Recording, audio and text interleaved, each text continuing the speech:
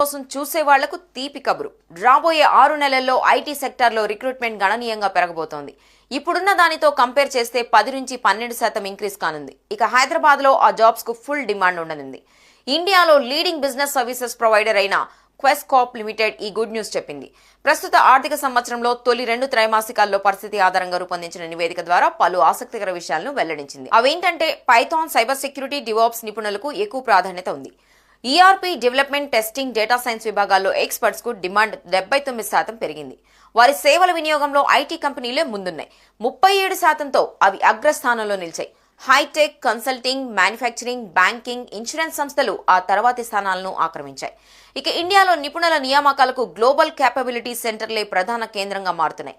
సాంకేతిక నైపుణ్యం అవసరమైన ఉద్యోగాలకు అధిక డిమాండ్ ఉండడం ఇందుకు దోహదపడుతోంది. ఇక ప్రస్తుత పరిస్థితుల్లో చాలా కొత్త టెక్నాలజీలు అందుబాటులోకి వస్తున్నాయి.